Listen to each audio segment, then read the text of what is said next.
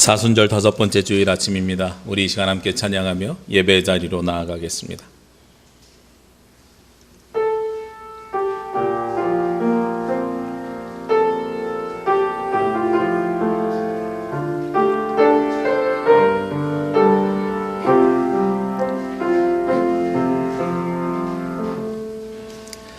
나는 하나님을 예배하는 예배자입니다.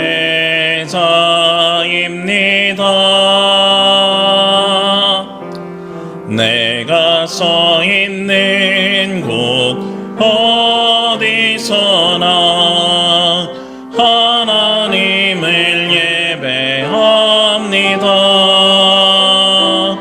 내 영혼 거룩한 은혜를 향하여 내 마음 완전한 하나님 향하여 이곳에서 바로 이 시간 하나님을 예배함. 내 영혼 거룩한 내 영혼 거룩한 이내를 향하여 내 마음 완전한 하나님 향하여 이곳에서 바로 이 시간 하나님을 예배합니다.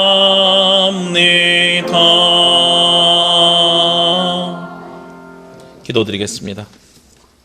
그러므로 형제들아, 우리가 예수의 피를 힘입어 성소에 들어갈 담력을 얻었나니 우리가 마음의 뿌림을 받아 악한 양심으로부터 벗어나고 몸은 맑은 물로 씻음을 받았으니 참 마음과 온전한 믿음으로 하나님께 나아가자. 사랑이 많으신 하나님 아버지, 우리의 질고를 지고 골고다 언덕길을 오르신 예수님의 은혜를 힘입어 이 시간 예배의 자리로 나아왔습니다. 예수님께서 걸어가신 발자취를 저희들도 따르길 원하오니, 예수님께서 지셨던 십자가를 우리도 감당하길 원하오니, 사순절 기간 동안 주님의 말씀에 따라 예수 그리스도께서 걸어가신 그 길을 따라갈 수 있도록 인도하여 주옵소서. 깊어지는 사순절 기간에 저희들의 마음에도 예수님의 고난이 더욱 깊이 새겨지기를 원합니다. 예배하는 이 시간 주님을 찬양할 때에, 주님께서 주시는 말씀을 들을 때에 우리의 심령이 십자가의 사랑으로 말미암아 구원의 확신이 넘쳐날 수 있도록 인도하여 주옵소서. 이 시간 드리는 이 예배가 그리스도의 고난에 동참하며 그리스도께서 십자가를 지신 이유를 깨달으며 주님의 부활의 소망을 갖고 살아가는 예배가 될 수 있도록 인도하여 주옵소서. 모든 것 주께 맡기오며 이 모든 말씀 예수 그리스도의 이름으로 기도합니다. 아멘.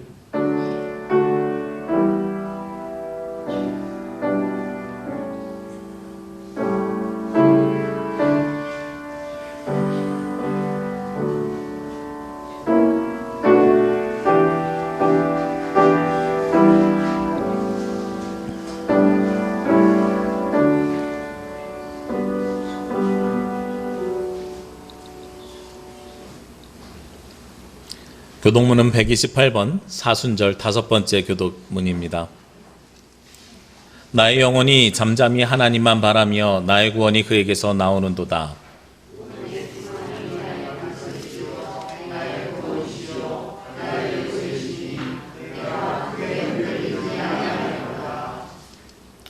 넘어지는 담과 흔들리는 울타리같이 사람을 죽이려고 너희가 일제히 공격하기를 언제까지 하려느냐.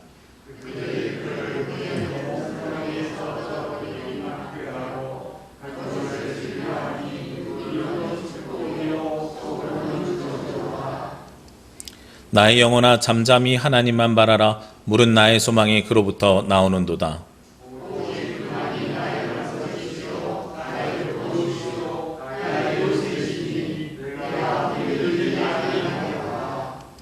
나의 구원과 영광이 하나님께 있으며 내 힘의 반석과 피난처도 하나님께 있도다. 백성들아, 시시로 그를 의지하고 그의 앞에 마음을 토하라. 하나님은 우리의 피난처시로다. 아멘. 우리 지난 한 주간 알고 지은 모르고 지은 모든 죄를 주님 앞에 자복하며 고백하는 참회의 기도를 드리도록 하겠습니다.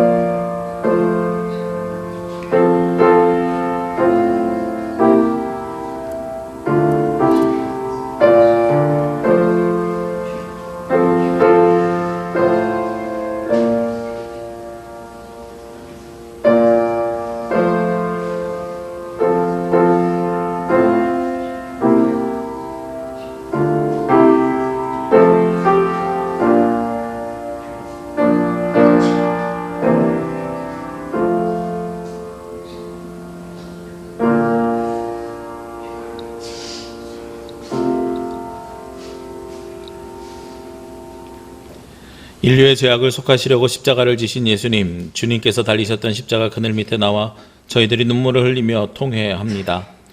주님께서는 죄악을 기뻐하지 않으시나 저희들은 죄악을 즐기며 한 주일을 보냈습니다. 주님은 인애를 기뻐하시고 공의를 즐거워하시건만 저희들은 불의와 부정함에 몸을 맡기고 살아왔습니다.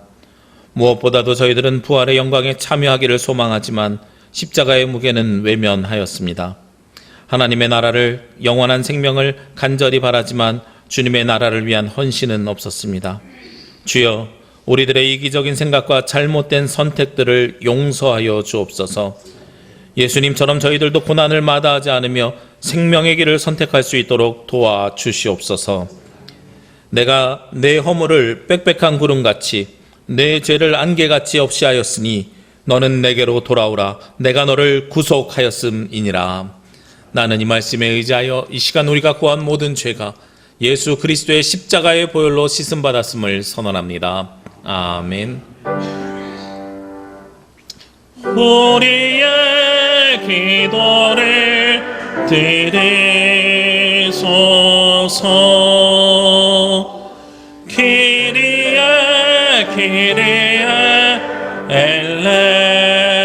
엘레이소. 다 함께 사도신경으로 우리의 신앙 고백을 하나님께 드리겠습니다.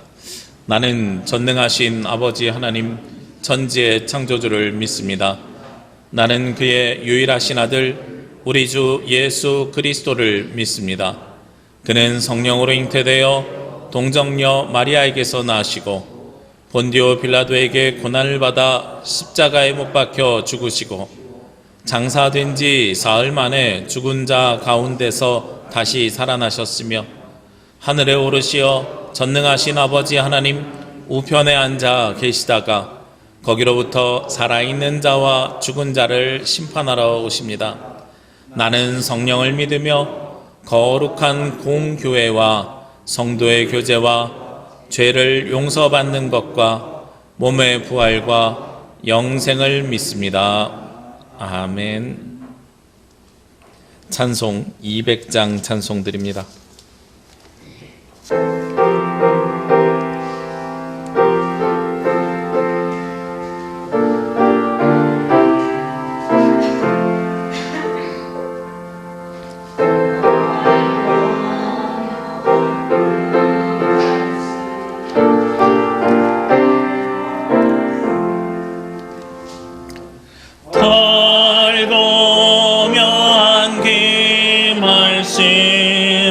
생명의 말씀은 귀한 그 말씀 진실로 생명의 말씀이 나의 길과 믿음 밝히 보여주니 아름답고 귀한 말씀 생명새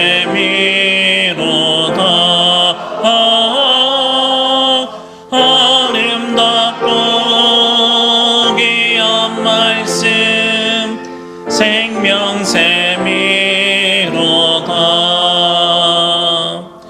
귀한 주님의 말씀은 내 노래 되도다. 모든 사람을 살리는 생명의 말씀을 값도 없이 받아 생명길을 가니 아름답고 귀한 말씀 생명샘이로다. 아름답고 귀한 말씀 생명샘이로다.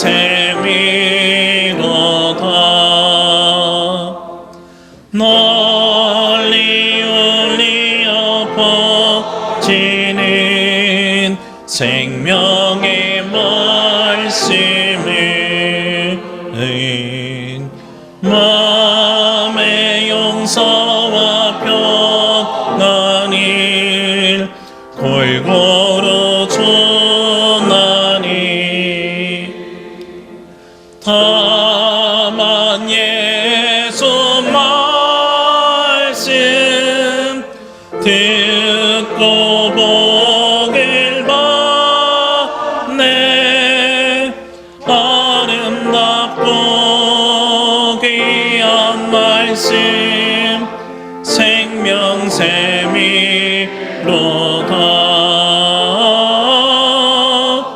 아름답고 귀한 말씀 생명샘이로다.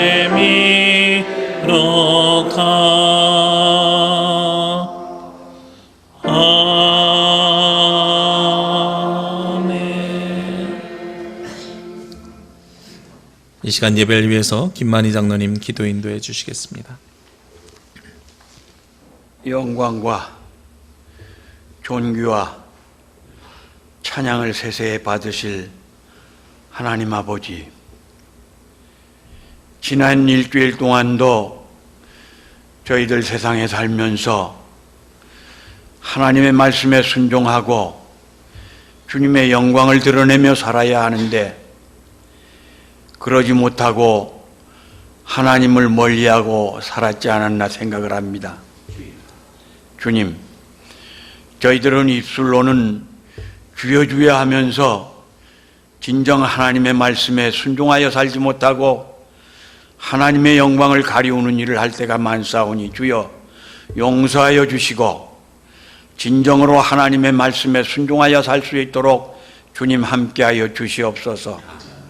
이 사순절 기간을 지내면서 저희들은 주님의 고난을 과연 얼마나 생각하면서 얼마나 하나님께 감사하면서 살았는지 다시 한번 돌이켜보게 하시고 언제나 주님만을 위한 생활을 할 수 있도록 도와주시옵소서. 주님을 위하는 생활이 저희들이 인간적인 삶이 아니라 영혼을 주님 앞에 맡기고 주님의 뜻 안에서 진실된 사랑을 펼치며 살아가는 길인 것을 우리가 깨닫게 하여 주시옵소서. 하나님은 항상 저희들을 사랑하시고 지켜주시고 보호하여 주시는데 저희들은 하나님을 멀리합니다. 주님, 이 세상에 만연해 있는 모든 악하고 잘못된 것들이 우리 인간들이 생활이 잘못됨으로 인해서 이루어진 것들이라고 생각을 합니다. 주님, 저희들 진정으로 회개하게 하시고 거듭나서 하나님의 말씀으로 살아갈 때에 주님의 영광을 드러낼 수도 있고 또 너희들 하나님의 은혜를 받기에 부족함이 없게 되는 것을 깨달을 수 있도록 주여 함께하여 주시옵소서. 온전히 주님 앞에 드려지는 저희들 되게 하여 주시옵소서. 입술로만이 아니라 진정으로 하나님 앞에 드려지는 산 제물이 되어서 하나님이 보시기에 합당하게 여겨질 수 있도록 믿음의 생활을 잘 감당할 수 있도록 도와주시옵소서. 온전히 저희들은 하나님의 것입니다. 또 저희들은 하나님의 말씀으로 살아야만 됩니다.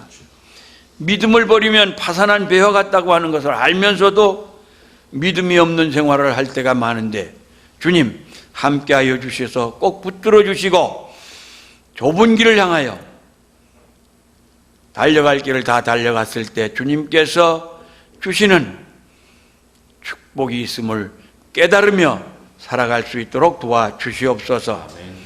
오늘도 저희들 이 예배를 통해서 진정으로 회개하면서 예배드리게 하시옵소서. 그리하여서 하나님의 나라를 우리들이 갈구하면서 진정으로 주님의 영광을 드리는 일이 무엇인지를 깨달으면서 살아갈 수 있도록 주님 함께하여 주시옵소서. 온전히 주님의 것이 되기를 원하오며, 이 사회에 만연해 있는 코로나19로 인해서 신앙의 제한도 받고 있고 또 삶의 제한도 많이 받으면서 살아가고 있습니다.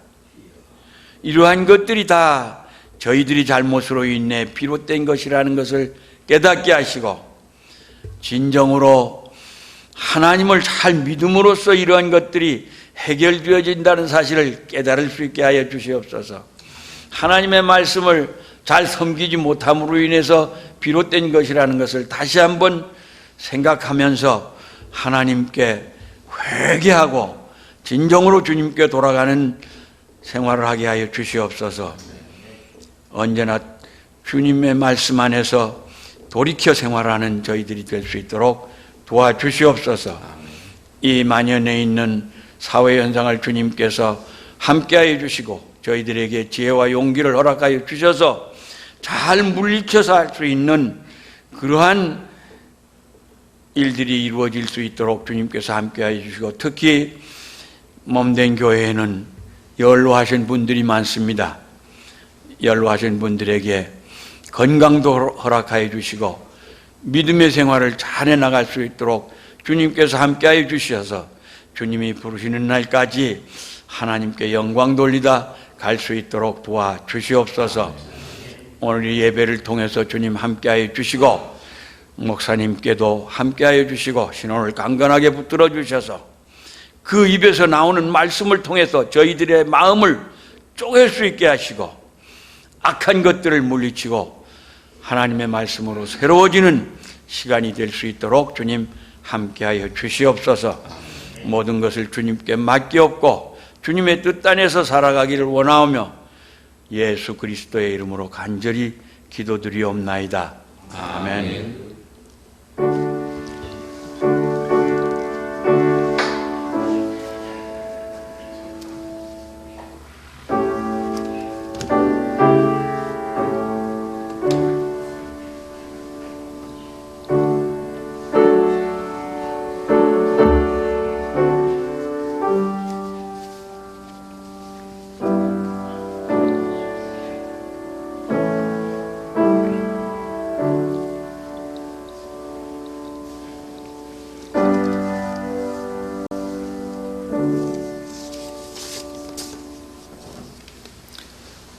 오늘 말씀은 골로새서 3장 16절에서 17절 말씀입니다.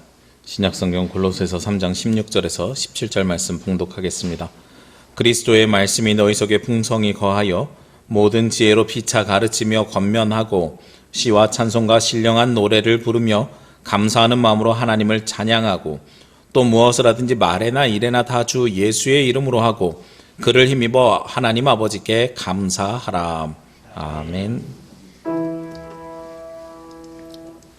주여 우리 맘 여사 주의 말씀을 깨닫게 하옵소서.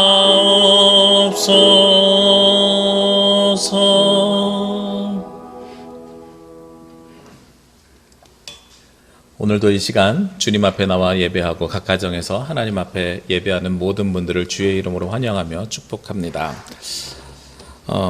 어제 저희 큰아이가 저녁에 말씀을 준비하는데 저에게 와가지고 아빠 문자 하나 보냈어요 이러는 거예요. 그래서 야, 같이 집에 있는데 무슨 문자를 보냈어? 이러고 물어보니까 인터넷으로 뭘 해야 되는데 부모 인증을 받아야 된대요.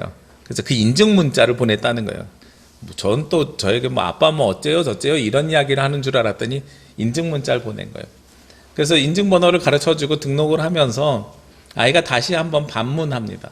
뭐라고 반문하냐면 아빠 그런데 왜 나는 매번 뭐 할 때마다 부모님 인증을 받아야 돼요? 라고 물어보는 거예요.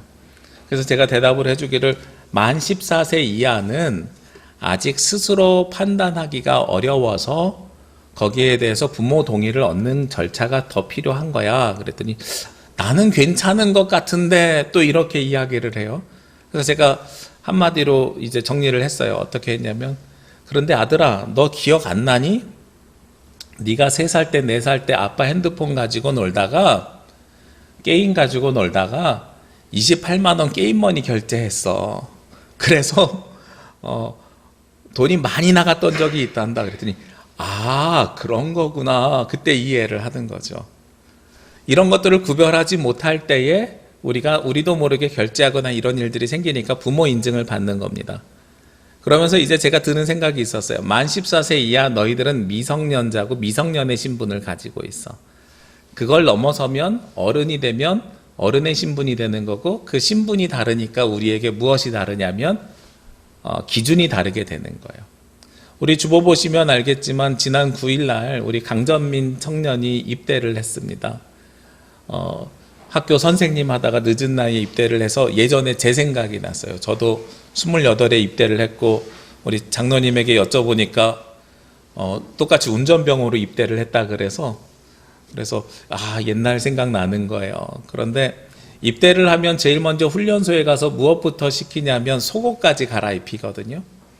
왜 속옷까지 갈아입히냐면 너희들은 군인 신분으로 변했어 라는 관점으로 속옷까지 갈아입힙니다.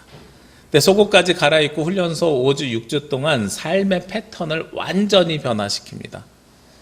그런데 이게 그냥 그렇게만 바뀌는 것이 아니라 군인으로 민간인에서 군인으로 신분만 바뀌는 것이 아니라 기준도 바뀌는 거예요. 어떤 기준이 바뀌냐면 그런 일이 있어서는 안 되겠지만 어떤 문제가 있거나 사고가 나거나 심지어 교통사고가 났을 때에도 우리들은 그냥 세상에 있는 법률의 심판을 따르지만 군인의 신분은 군법에 따라서 모든 것들을 판결합니다. 그러니까 판결하는 기준이 달라진 거죠. 제가 군 생활할 때 저희 부대의 간부들이 부사관과 장교들이 같은 차를 타고 가다가 덤프트럭이랑 충돌돼서 4분이 다 돌아가셨어요. 사고 조사를 하기 위해서 경찰관만 간 게 아니라 군 헌병대에서 나가서 같이 수사를 하더란 말이에요. 왜냐하면 그때에 돌아가신 4분이 다 군인 신분이었기 때문에 그렇습니다. 그러니까 기준이 달라지는 거죠. 오늘 성경에서 우리가 행복해지는 연습을 하면서 서로 권면하라고 하는데 이 서로 권면할 때 전제가 있습니다. 우리가 읽지는 않았습니다만 바로 앞에 있는 14절 말씀에 보면 15절 말씀입니다. 죄송합니다. 15절 말씀을 보면 그리스도의 평강이 너희 마음을 주장하게 하라. 너희는 평강을 위하여 한 몸으로 부르심을 받았나니 하고 말씀하고 있어요. 그러니까 우리가 서로 피차 가르치고 권면하는 것을 어떤 사람들에게 요구하고 있냐면 하나님으로부터 부르심을 받은 사람들에게 이야기하는 거예요. 좀 더 앞에 있는 말씀을 보면 12절 말씀에 그러므로 하고선 그 앞에 있는 내용을 요약합니다. 그러므로 하면서 너희는 하나님이 택하사 거룩하고 사랑받는 자처럼. 그러니까 우리는 이 땅에서 살아갈 때 어떤 사람들이냐? 하나님으로부터 선택받은 사람이고 거룩하게 된 사람이고 하나님으로부터 부르심을 받은 사람들인 거예요. 골로새서 3장 말씀 제가 정말 좋아하는 말씀인데 1절부터 5절 6절까지를 보면 우리에게 무엇을 요청하냐면 너희들은 땅의 것을 찾지 말고 하늘의 것을 찾으라고 하거든요. 하늘의 것을 찾는 사람은 하나님으로부터 선택받아서 부름받은 사람들이고 이 부름받은 사람들에게 오늘 뭐 하라고 말씀하고 계시다고요? 피차 가르치고 권면하라라고 말씀하고 있어요. 왜 선택받고 부르심을 받은 사람들에게 이런 것들을 요청하느냐면 선택받고 부르심을 받은 사람들은 이제 더 이상 세상 사람들이 아니라 신분이 변화되어서 그리스도인이 되었기 때문에 그렇습니다. 민간인이었다가 입대하는 순간 군인이 돼서 세상의 법이 아니라 군법에 따라서 살아가야 되는 것처럼 우리가 더 이상 세상 사람들이 아니라 하나님으로부터 선택받고 부르심을 받음을 통해서 그리스도인이 되었거든요. 그럼 우리의 삶의 기준이 바뀌어야 되는 거예요. 그럼 우리의 삶의 기준이 어떻게 바뀌어야 되는가? 바로 16절 말씀, 오늘 본문 말씀입니다만 그리스도의 말씀이 너희 속에 풍성하게 거하며, 이렇게 말씀이 됩니다. 그러니까 우리의 삶이 그리스도인이 되었으면 우리는 이제 무엇에 근거해서 살아야 돼요? 말씀에 근거해서 살아야 돼요. 우리의 모든 판단은 말씀에 근거해서 살아야 되는데 그 말씀을 모르잖아요. 그 말씀을 모르니까 어떤 과정을 겪어야 되냐면 가르치고 권면하는 과정을 겪어야 되는 겁니다. 민간인이 군인이 되기 위해서 훈련소에서 5주, 6주를 훈련 받아야 되는 거예요. 그래야 군인으로 바뀌게 되는 거거든요. 기준이 바뀌게 될 때 우리의 삶도 변화시키는 거죠. 우리도 마찬가지입니다. 세상 사람이 그리스도인으로 변화되기 위해서는 하나님의 말씀이 우리 가운데 풍성하게 거해야 되고, 그 말씀이 거하는 방법으로 무엇이 필요한가? 바로 가르치고 권면하는 일을 해야 됩니다. 근데 가르치고 권면하는데 오늘 말씀해 보니까 풍성히 거하여 모든 지혜로 그냥 가르치고 권면하는 것이 아니라 피차 서로 그 일들을 행하라는 거예요. 우리나라에서는 교회가 한자로 어떻게 쓰냐면 가르칠 교자에 모일 회자로 씁니다. 그러다 보니까 성도님들이 교회 와서 우리가 해야 되는 행위가 어떤 거라고 판단하기 쉽냐면, 교회 와서 예배를 보면서 말씀을 배우는 곳이라고 생각해요. 이효령 교수님이 그런 이야기 했거든요. 교실이라는 단어가 틀렸다. 왜냐하면 교실이라는 단어는 배우는 학생 중심이 아니라 가르칠 교자에 장소실자를 쓰니까 가르치는 사람 중심인 거예요. 그래서 한국 교육이 주입식 교육인 이유는 이런 단어가 가지고 있는 무의식의 함의적인 뜻이 있다는 거죠. 교회에 오시는 분들도 마찬가지예요. 예배를 보면서 말씀을 배우려고 오신다고 생각하시는 분들이 개 중에는 계세요. 주님 앞에 예배를 드리는 이유가 성경 말씀 지식을 쌓아가기 위함이 아닙니다. 그러다 보니까 한국 교회의 예배 형식이 어떻게 되어 있느냐? 학교에서 앞에서 선생님이 가르치고 학생들이 배우는 것처럼 지금 제가 혼자서 일방적으로 말씀을 전하고 여러분들이 듣고 있는 거죠. 이건 사실 강자가 맞습니다. 제가 지난번부터 2월 달부터 이렇게 광고를 해가지고 요즘 1:1 성경 공부하잖아요. 5분 하고 계십니다.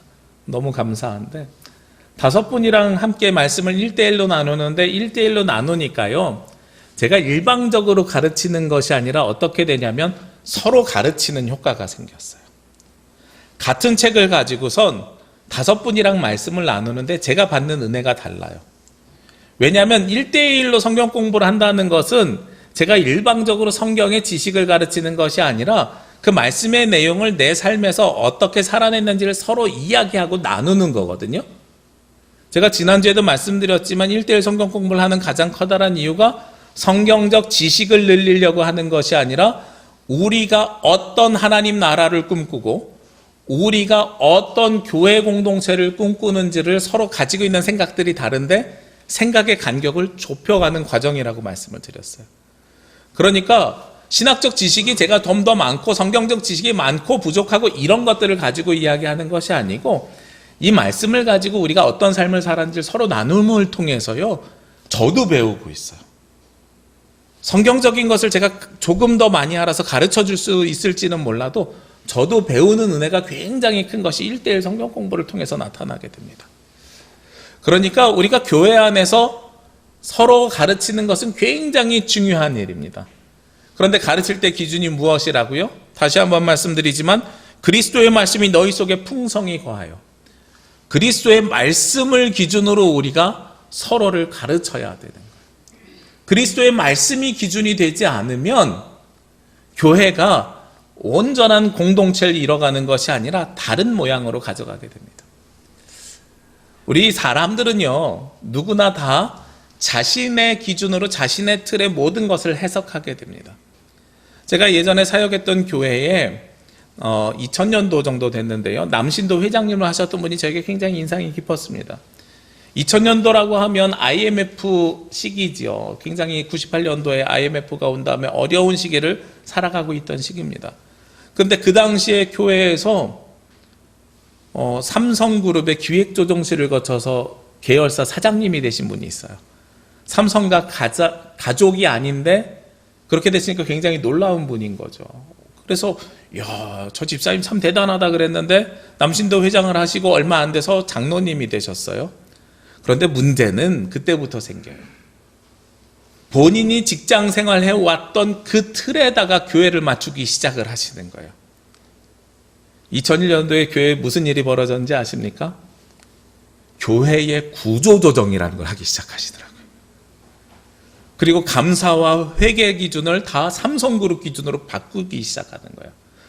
그러다 보니까 본인이 이해가 안 되는 것들이 너무 많은 거예요. 그러면서 저는 그때 이제 전도사 하고 있을 때인데 행정을 맡고 있으니까 저에게 그런 이야기를 해요. 전도사님, 이게 전도비가 우리 회사로 이야기하면 마케팅 비용인데, 이제 저는 거기서부터 이게 좀 이해가 되지 않기 시작하는데, 마케팅 비용인데 회사에선 마케팅 비용을 얼마를 쓰면 얼마의 수익이 창출되어야 됩니다. 그런데 전도비를 이렇게 쓰는데 왜 교인은 안 늘고 교인이 늘어도 전도돼서 오시는 분들은 있는데 이분이 헌금 생활을 얼마 이상 해줘야 마케팅 투자 비용 대비 수익이 맞는데 이게 안 맞아요 라는 말씀을 하시는 거예요.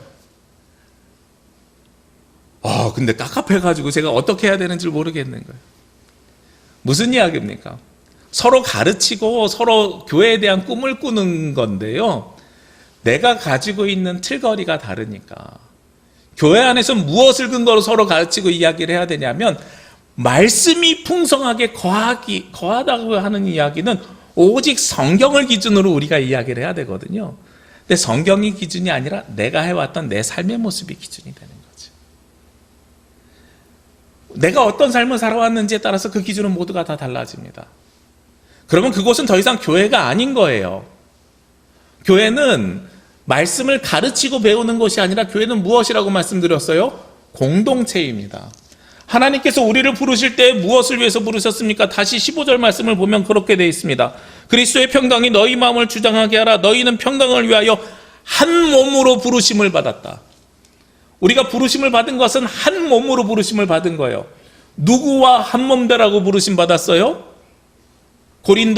고린도서에서도요, 그리고 에베소서에도요, 무엇을 이야기하냐면 예수 그리스도를 머리로 삼아서 우리가 각자 이루는 지체가 되었어요. 그래서 우리는 한 몸을 이뤄요. 이것이 바로 교회라고 말씀하고 있어요.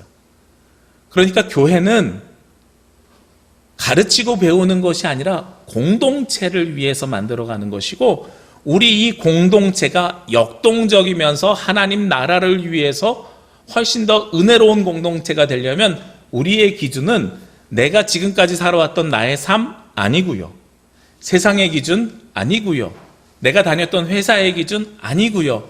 무엇이 기준이요? 하나님의 말씀이 기준이 되어야 됩니다.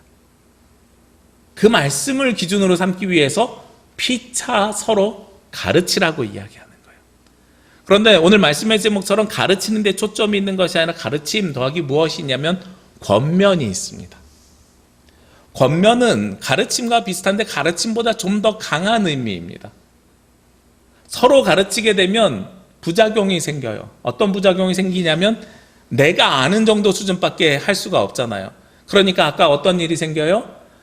직장을 다니시고 삼성을 다니신 분들은 삼성처럼 교회를 운영하려고 하는 것이 피차 가르침에 가지고 있는 한계예요. 피차 가르침을 해나가는데, 그런데 말씀에서 벗어나는 일이 생기면 그때는 무엇을 해야 되냐면 권면이라는 걸 해야 됩니다. 권면이라는 것은 헬라어 원어를 보면 뉴테테오라는 단어를 사용하는데, 그 단어가 어떤 뉘앙스를 담고 있냐면 사명이나 소명을 가지고 강하게 권하여 그 일을 하도록 요청하는 일을 권면이라고 해요. 그러니까 우리가 권면은 전제가 있죠. 사명이나 소명이 있어야 됩니다. 사명이나 소명을 가지고 다른 사람들에게 어떤 이야기를 할 때에는 그 사람이 그냥 배우고 듣고 끝나는 것이 아니라 삶을 변화시켜서 그대로 살아갈 수 있도록 돕는 것이 권면입니다. 우리가 신앙생활 하죠. 신앙생활 여러분들 어떻게 배우십니까? 제가 늘 말씀드리는 것처럼 어깨너머로 배워서 어깨너머 신앙입니다. 우리는 어느 곳에 처음 갔을 때 어떻게 해야 될지를 모르는 상황이 생겨요. 어떻게 해야 될지 모르면 우리가 어떻게 하냐면 고개를 돌려봅니다. 여러분, 뷔페라는 것을 언제부터 경험하셨어요? 결혼식 가면 당연하게 뷔페 식당이 있고 뷔페를 하잖아요. 근데 이게 우리나라에 온 지 몇십 년 안 됐어요. 제가 기억에 남는 사건이 하나 있는데 뭐냐면 중학교 2학년 때였던 걸로 기억하는데 그 이전에도 호텔 같은 데는 뷔페가 있었죠. 근데 90년대 초반입니다. 근데 저희 집에 아들 둘이다 보니까 저랑 제 동생이랑 먹는 고기 양이 너무 많은 거예요. 그래서 아버지가 어느 날은 야, 한남동에 우리나라 처음으로 고기 뷔페가 생겼대. 가서 마음껏 먹어도 돼. 제가 항상 불만이었던 게 고깃집 가면 고기를 먹다가 중간에 갈비탕을 시켜주시는 것이 아직 고기로 배부르지 않았는데 왜 갈비탕을 먹어야 되나요? 이런 이야기를 했었던 기억이 나거든요. 그래서 고기 뷔페에 갔는데 보통 고깃집은 홀 서빙 하시는 분이 고기를 갖다 줍니다. 주문하고. 근데 뷔페라는 걸 처음 가니까요. 갖다 주는 게 아니라 우리가 가서 가지고 오는 거잖아요. 그걸 경험한 적이 없는 거예요. 그러니까 가서 앉아서 제일 먼저 하냐면 주변을 둘러봅니다. 다른 사람들은 어떻게 먹나. 그래서 일단 따라서 시작을 해요. 근데 따라서 시작하다 보면 올바로 하는 것도 있지만 잘못하는 경우들도 있죠. 고기를 덜어오고 양념도 덜어오고 모두 해야 되는데 양념 덜어오는 사람은 없으니까 양념이 어디 있는지도 모르고 고기만 가져서 일단 굽기 시작해요. 그러다가 고기를 먹으려고 보니까 양념도 없고 뭐 소스도 없고 아무것도 없어요. 근데 그때 주인이 와서 한마디 해줍니다. 저쪽 가서 야채하고 소스 가져오시면 돼요. 서로 피차 아는 것이 부족할 때에는, 가르쳐 줄 수 있는 것이 한계가 있을 때에는 누군가가 와서 권면을 해주면 그 일들을 행해 나가기가 훨씬 더 수월합니다. 우리가 하나님 나라의 아름다운 공동체를 만들어가기 위해서 신앙생활을 해 나가는데 서로 가르쳐주는 작업을 먼저 해 나가고 말씀에 거해서 살아가야 되지만 우리가 말씀의 깊이가 부족하면 그 다음 단계에 권면이 필요하게 되는 거죠. 저는 이 가르침이고 권면이고 이런 것들이 우리가 신앙생활을 해 나가는 것에 굉장히 중요한 요소라고 생각을 합니다. 우리가 이거 없이는 방향이 틀리고 잘못된 길로 갈 수도 있는 거예요. 그래서 이 권면하는 것을 무엇에 비유하고 싶냐면 자전거를 배우는 것에 저는 비유하고 싶습니다. 자전거 처음 배울 때 기억나십니까? 자전거 처음 배울 때요, 뒤에서 아빠가 잡아줍니다. 그러면서 계속 물어봐요. 아빠 잡고 있지요? 잡고 있지요? 잡고 있어, 잡고 있어. 근데 어느 날 보면 잡고 있는 게 거짓말이에요. 안 잡고 있어도 혼자서 달려가더란 말이에요. 근데 제가 인상 깊었던 한마디가 있습니다. 자전거 탈 때 뒤에서 잡아주는 것보다 뭐가 중요하냐면 앞으로 나가야 되는 거예요. 자전거가 쓰려고 하는 순간에 넘어진다는 거죠. 그 얘기를 듣고선 지금 다시 생각해 보니까 그 말씀이 맞아요. 생각해 보시자고요. 자전거 잘 타는 사람이 어떤 사람이 잘 타는 사람입니까? 제가 예전에는요, 청소년 시절에 자전거 너무 좋아하고 잘 타가지고 어느 날 타다 보니까 한 손 놓고 타는 거 자랑했어요. 그 다음에 두 손 놓고 타는 거 자랑했어요. 두 손 놓고 방향도 이렇게 한번 바꿔요. 요즘 손 놓고 타라니까 불안해갖고 제가 못 하겠더라고요. 그런데 나중에 TV를 보니까 자전거를 정말 잘 타는 사람은 두 손 놓고 타는 사람이 아니고 정지해 놓고도 넘어지지 않고 균형 잡는 사람이 신기한 묘기를 부리는 사람처럼 나오더란 말이에요. 우리의 신앙생활이 그렇습니다. 웬만큼 신앙생활의 수준이 올라가기 이전에는 멈추지 않고 달려가야 넘어지지 않습니다. 그리고 멈추지 않고 달려갈 수 있도록 도와주는 것이 어떤 것이냐? 권면이라는 거예요. 신앙생활 우리 안식년 합니다, 뭐 합니다, 쉬고 싶습니다 이러잖아요. 쉬는 순간에, 멈추는 순간에 넘어질 수밖에 없는 것이 바로 우리의 구조입니다. 그렇기 때문에 우리가 쉬지 않고 가야 되는데 쉬지 않고 갈 수 있도록 도와주고 방향을 제시해 주는 것이 바로 권면의 역할이에요. 이 권면의 결과는 어떻게 나타나게 될까요? 이렇게 권면하는 이유는, 가르치고 권면하는 이유는 한 가지로 귀결됩니다. 16절 말씀 뒤에 보면 가르치고 권면한 다음에 무엇을 하냐면 시와 찬송과 신령한 노래를 부르며 감사하는 마음으로 하나님을 찬양한대요. 시와 찬송과 신령한 노래를 부르며 감사하는 마음으로 하나님을 찬양한다고 길게 쓰여져 있지만 이 말씀을 요약하면 한 단어로 요약할 수 있습니다. 예배하는 예배자가 되기 위함입니다. 우리가 말씀을 서로 가르치고 권면하는 이유는 예배자가 되기 위함이라는 거예요. 리 워렌 목사님이 쓰신 목적이 이끄는 삶이라는 책에 보면 첫 번째 챕터에 그런 이야기가 나옵니다. 우리는 하나님의 기쁨을 위해 창조되었다. 하나님께서 우리를 창조하신 이유는 하나님의 기쁨이 되기 위함이고 우리는 하나님의 기쁨이 되기 위해서 예배자가 되어야 된다는 거예요. 하나님의 기쁨이 되기 위해서 예배자가 되어야 되는데 그 예배는 그냥 이 시간 주일날 나와서 드리는 예배자가 아니라 세상에서 예배자의 삶을 살아가야 된다고 말씀하고 있는 겁니다. 로마서 12장 1절 말씀, 그러므로 형제들아 내가 하나님의 모든 자비하심으로 너희를 권하노니, 권면합니다. 하나님의 모든 자비하심으로 우리를 권면합니다. 너희 자신을 거룩한 산 제물로 드리라. 이는 너희가 드릴 영적인 예배니라. 저는 이 말씀을 들을 때마다 세상에서 우리가 삶을 살아내는 것이 예배자의 삶을 살아야 됩니다로 말씀을 받아들이고 있어요. 우리에게 가장 크게 권하는 것은 우리 자신을 거룩한 산 제물로 드릴 때에 우리가 세상에서 하나님의 자녀 그리스도인으로 그 삶을 살아낼 때에 그때에 비로소 우리가 드리는 영적인 예배가 된다는 거예요. 그것을 위해서 우리가 가르치고 권면하는 겁니다. 그러면 세상에서 영적인 예배를 드린 삶 어떻게 살아야 돼요? 그 뒤에 17절에 설명 나와 있죠. 뭐라고 나와 있습니까? 또 무엇을 하든지 말에나 일에나 다 주 예수의 이름으로 하고, 그 다음에는 뭐가 돼 있어요? 그를 힘입어 하나님 아버지께 감사하라. 우리가 세상에서 모든 삶의 예배를 드릴 때, 내 삶이 예배자로 드려질 때에는 무엇을 하든지 어떻게 해요? 누구의 이름으로요? 예수의 이름으로 하라고요. 우리 지난주에 말씀 함께 나눴지요. 지난주에 무엇을 말씀으로 나눴습니까? 서로 용납하라고 했는데 용납하라고 하면서 어떻게 하라 그랬어요? 누구를 본받아서요? 그리스도 예수를 본받아서 서로를 받아주라, 이렇게 이야기하잖아요. 우리의 삶의 기준이 말씀이 풍성하게 거하는 것인데, 말씀이 풍성하게 거하는 것을 위해서는 가르치고 권면하는 것이고요, 우리의 삶을 살아내기 위해서는 예수 그리스도가 우리의 유일한 기준점이 되어야 됩니다.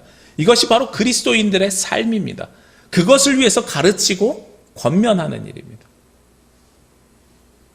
무슨 일을 하든지 누구를 위해서 하십니까? 나를 위해서 하십니까? 우리 집안을 위해서 하십니까? 회사를 위해서 하십니까? 아니요. 그리스도를 위해서 하셔야 됩니다. 그리고 그리스도의 한몸된 공동체를 위해서 하셔야 됩니다. 그렇기 때문에 가르치고 권면하는 일을 서로 피차, 서로 간에 이뤄내야 되는 것이지요. 오늘 하나님께서는 그 예수 그리스도가 우리의 삶의 기준점이 되고 모든 일의 중심이 되는 것이 예수 그리스도여야 된다고 말씀하고 있습니다. 우리는 그것을 위해서 하나님으로부터 부르심을 받았고 선택받은 사람입니다. 제가 어렸을 때 다니던 교회에 원로 목사님이 꽤 유명하신 분이었습니다. 제가 자란 교회 원로 목사님이. 유명하시고 그냥 교계에서만 유명하신 분이 아니라 정치계에서도 좀 유명하셨던 분이에요. 그래서 그 목사님으로부터 배웠던 분들이 총리도 되고 당대표도 되고 국회의원도 되고 이런 분들이 좀 많으셨습니다. 제가 신학교 다닐 때 몇 학년인지 정확하게 기억이 안 나는데 신학생일 때 전도서 사역이 나가기 전이니까 모교회에서 있었겠죠. 목사님이, 원로 목사님이 출판기념회를 하셨어요. 출판기념회를 하시는데 저쪽에서 어떤 분이 오시더니 출판기념회니까 이제 뭐 저보고 앞에서 안내를 맡으라 그래서 출판기념회니까 방명록도 놓고 축하금도 받고 이런 자리가 있었어요. 제가 거기에 있는데 한 분이 오시더니 봉투를 주세요. 그래서 제가 방명록 써주십시오 그랬더니 뭐라고 말씀하시냐면 난 이런 거 안 써요 이러시는 거예요. 그리고 나서 그럼 성함이라도 알려주셔야, 제가 봉투에다가 성함을 쓰니까 성함이라도 알려주셔야 됩니다 그랬더니 나 몰라요 이러는 거예요. 제가 그분을 어떻게 알겠어요. 그래서 잘 모르겠는데요 했더니 허허허 하면서 그냥 들어가시더라고요. 옆에 있는 선배한테 물어봤더니 국회의원이야 국회의원 이러시더라고요. 나중에 그분이 서울시장도 하시고 대통령도 하셨어요. 누군지 아시겠죠? 네. 근데 그때 그 원로 목사님이 가지고 계셨던 기준이 하나 있어요. 교회에서 하는 모든 행사는, 특히 예배 때는 광고 시간에 정치인을 소개시켜 주지는 않는다. 그렇게 유명한 분이다 보니까 시장 선거를 하든 국회의원 선거를 하든 심지어 대통령 후보들도 와서 예배를 드립니다. 예배를 드리는데 군에서 휴가 나온 청년은 일어나서 박수 쳐주고 소개시켜주고, 외국 갔다가 오랜만에 귀국한 성도는 박수를 쳐주는데 정치인들은 왔다는 얘기도 안 해요. 전 왜 그런지 몰랐어요. 근데 저희 결혼할 때 주례 부탁드리려고 갔더니 그 후임 목사님이죠. 원로 목사님의 후임 목사님인데 똑같이 말씀을 하세요. 우리는 정치인이라고 소개 안 해. 왜냐하면 교회에서 광고는 광고가 아니라 성도의 교제인데, 그 사람이 성도로 와 있으면 성도의 교제를 나누면 되고, 정치인으로 왔으면 교회 안에서 성도가 아니기 때문에 그 교제를 나눌 수가 없어. 제가 그때 알았어요. 우리가 어떻게 모인 공동체고 이 공동체에서 우선순위가 무엇이구나라는 걸 그때 알았고, 우리가 신분이 변화되었다는 것은 바로 그런 이야기를 하는 거죠. 세상의 기준으로 우리를 판단하는 것이 아니라 성경의 근거에서 예수 그리스도를 기준으로 우리가 살아가야 된다는 겁니다. 여러분들이 성경에 있는 내용 하나하나를 기억하기가 어려워서 삶으로 삶을 살아내기가 어려우면 한 가지를 기억하면 됩니다. 아무 일에든지 말에나 행동할 때 누구의 이름으로 해요? 예수 그리스도의 이름으로 하시면 돼요. 여러분들이 스스로에게 질문하시면 됩니다. 내가 이 일을 하는 것이 맞는지 틀리는지가 고민이 될 때는 성경의 근거에서 하시면 되지만, 성경에서 답을 못 찾으시면 한 가지 질문만 하시면 돼요. 예수님이라면 어떻게 하실까? 예수님이라면 어떻게 하실까? 그 질문이면 우리의 모든 문제는 다 해결될 수가 있습니다. 그리고 그 질문에 예수님의 모습에 닮아가기 위해서 우리가 피차 가르치고 권면의 일들을 해 나가는 것입니다. 이제 사순절 얼마 남지 않았습니다. 그리고 우리가 행복연습이라는 커다란 주제를 가지고 벌써 7주째, 8주째, 9주째, 9번째 말씀을 나누고 있습니다. 이 행복연습의 가장 첫 번째 전제는 앞에 있는 서로라는 단어입니다. 그리스도인의 행복은 나의 행복이 아니라 공동체의 행복이고 우리의 행복입니다. 하나님의 나라는 내가 혼자 들어가는 것이 아니라 함께 가는 겁니다. 여러분이 함께 하나님 나라 들어가셔야 됩니다. 나만 아니면 돼가 아니고요. 나만 가면 돼가 아니고요. 우리가 함께 가는 것이 하나님의 나라입니다. 우리가 함께 그 나라에 가기 위해서 서로 가르치고 권면하시길 원하고, 말씀이 풍성한 가운데 무슨 일에든지 그리스도가 기준이 되시길 원합니다. 그렇게 살아갈 때 우리의 삶에 진정한 행복이 저와 여러분이 함께하게 될 줄로 믿습니다. 함께 기도드리겠습니다. 하나님, 하나님의 자녀들이 이 시간 주님 앞에 나와 예배하며 하나님의 말씀을 받습니다. 그리스도의 말씀이 우리 속에 풍성하게 되어서 우리가 지혜를 얻게 하시고, 그 지혜로 서로 가르치며 권면함을 통해 하나님 나라의 아름다운 공동체를 만들어갈 수 있도록 인도하여 주옵소서.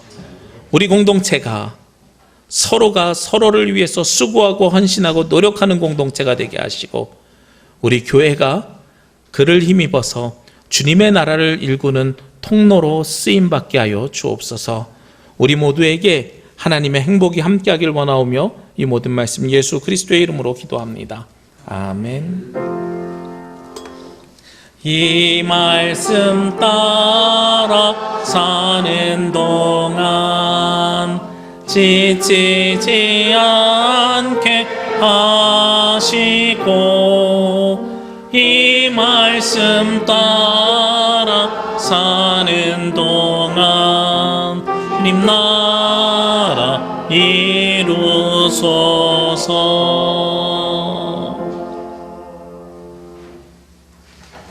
찬송 633장 찬송하시며 예물 봉헌하겠습니다.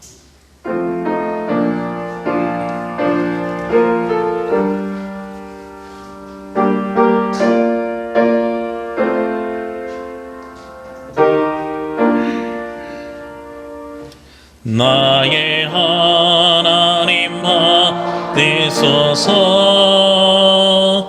주께 드리는 이 예물을 소리 높여 감사로 주께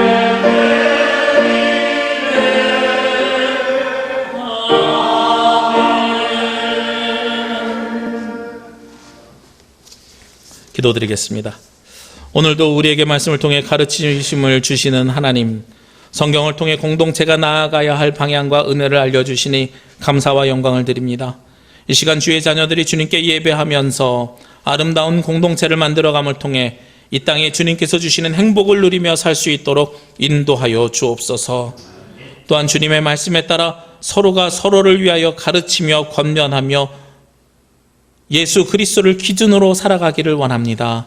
진정한 그리스도인이 되어 하나님의 뜻에 합당하게 살아가는, 그래서 우리의 삶을 예배로 드리는 주의 자녀들 되게 하여 주옵소서. 이 시간 주의 자녀들이 주님 앞에 나오며 주님의 가르침에 따라 예물과 정성을 드립니다. 열의 하나를 거룩하게 구별해 드리는 예물과 감사의 제목, 약속이 있는 예물을 주님 앞에 드립니다. 그리고 복음 선포를 위한 예물을 올려드립니다. 주님, 이 시간 드리는 이 예물을 기쁘게 받아 주옵시고 드려진 이 예물이 하나님 나라를 위하여서 쓰임받을 수 있도록 인도하여 주옵소서.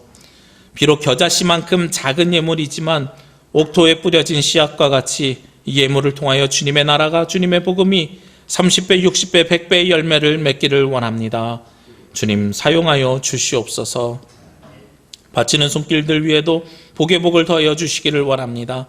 그리하여 이 땅에서 가지고 있는 기도 제목이 응답받게 하여 주옵시고 주님께서 주시는 충만한 은혜로 걱정과 근심이 사라지며 오직 하늘의 은혜만을 기억하며 살아가는 자녀들 되게 하여 주옵소서.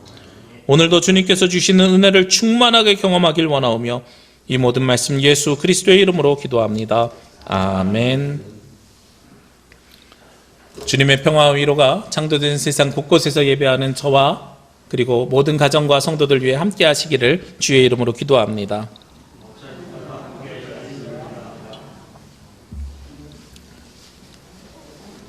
네, 오늘은 사순절 5번째 주일입니다. 다음 주간은, 이번 주간 말고 다음 주 주일은 종려 주일이고 고난 주간이 시작이 됩니다. 우리 그리스도의 고난에 동참하고 묵상하는 주간이 되시기를 원합니다. 사순절 온라인 묵상 계속 진행하고 있습니다. 우리 같이 참여해 주시는 분들이 많아지고 그리고 한 줄 기도해 주시는 분들이 많아져서 너무 많이 은혜가 되고 힘이 됩니다. 우리 영적인 교제가 끊임없이 일어날 수 있도록 계속 참여해 주시고 동참해 주시기를 부탁드립니다. 제주노회 99회기 1차 정기노회가 돌아온 화요일 오후 1시에 서귀포 중앙교회가 있습니다. 한 해 동안 우리 노회가 그리고 교회가 가야 할 방향과 내용을 결정짓는 중요한 회의입니다. 우리 성도님들 노회를 위해서 기도해 주시기를 부탁드립니다. 1대1 성경 공부 지금 계속 진행하고 있습니다. 우리 1대1로 하니까요 장점이 많아요. 그래서 진도 상관없습니다. 1과부터 저랑 다시 시작하시면 되거든요. 그래서 가능하신 시간이 있을 때 오전, 오후, 저녁 괜찮습니다. 주말도 괜찮습니다. 우리 저랑만 시간이 맞추어지면 시작할 수 있으니까 계속 신청해 주시기를 부탁드립니다. 부활절 예배를 위한 행복한 찬양 챌린지, 우리 지난 주간에 김만희 장로님께서 이미 촬영하셔서 보내주셨어요. 다음 주 주일날 밤까지 마감하겠습니다. 네, 제가 요거는 작업하는데 시간이 좀 걸려가지고 다음 주 주일날 밤까지 마감을 하도록 하겠습니다. 몇 가지 부탁을 드리는데, 첫 번째는 전주가 시작될 때부터 끝날 때까지 더 많이 촬영하셔도 괜찮습니다. 제가 어차피 편집하면 되니까요. 여러분들이 스스로 편집해서 깔끔하게 보내주시면 1, 2초 모자르면 그 화면이 까매야 됩니다. 그러니까 남는 게 나으니까 촬영을 좀 넉넉하게 앞뒤 시간 해주시고 전주 후주까지 다 해주시면 너무 감사하겠고요. 그리고 듣는 것과 녹화하는 기계를 분리하시면 좋겠습니다. 어려우실 것 같으면 주일날 오후 아니면 평일날에도 저랑 약속 잡으셔서 오시면 교회에서 촬영해 드리겠습니다. 그러니까 많이 참여하시는 게 중요하고요. 그리고 가사 꼭 다 안 외우셔도 됩니다. 제가 어떤 거 유튜브 보니까 정면으로 안 찍고 악보 들고 찍으실 때 이렇게 찍으시면 안 돼요. 그럼 얼굴이 안 보이니까. 악보 보시면서 찍으셔도 돼요. 어떤 분들은 그렇게 찍으시더라고요. 옆에서 이렇게 해서 이렇게 가사 보면서 찍으셔도 괜찮습니다. 예. 그러니까 물론 외우시면 너무 좋지만 그래도 혹시 그것이 가사가 자꾸 틀려서 여러 번 찍는다 하시면 옆으로 이렇게 가사 보시면서 찍으셔도 괜찮습니다. 우리가 모두 참여하는 데 의의가 있고요. 제가 말씀 여러 번 드리지만 립싱크도 괜찮습니다. 참여해 주시는데 우리가 동참해 주시는데 감사를 드립니다. 어린이 부 예배는 우리 집안 제한 조치가 끝날 때까지 완화될 때까지 온라인 예배로 계속 드리도록 하겠습니다. 아이들 예배할 수 있도록 잘 도와주시길 부탁드리고요.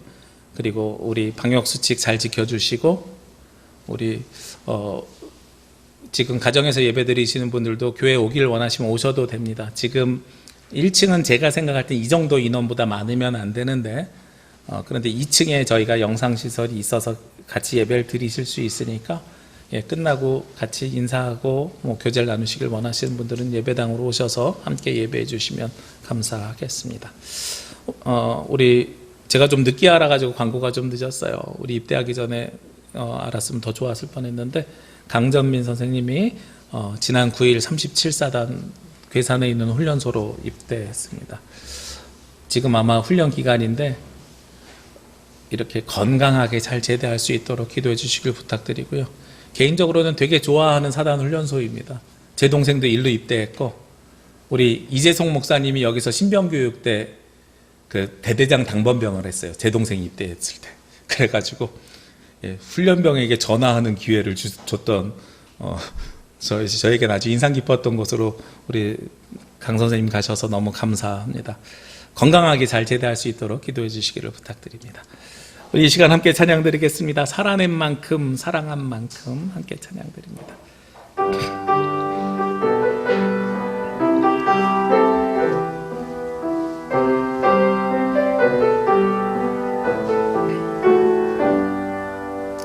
예수를 만난 자 새로이 눈뜨고 예수를 아는 자 그 말씀 들으니 예수를 따르는 자 어느 곳에 있어도 주의 은혜를 담대히 선포하리라.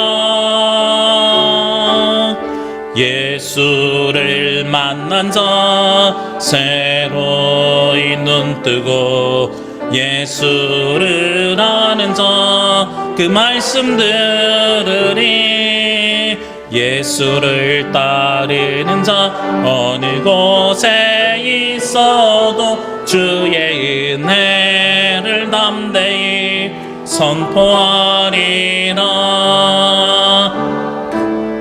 주님의 뜻대로 살아낸 만큼 자유를 얻으리. 살아낸 만큼 예수의 마음으로 사랑한 만큼 평안을 얻으리. 사랑한 만큼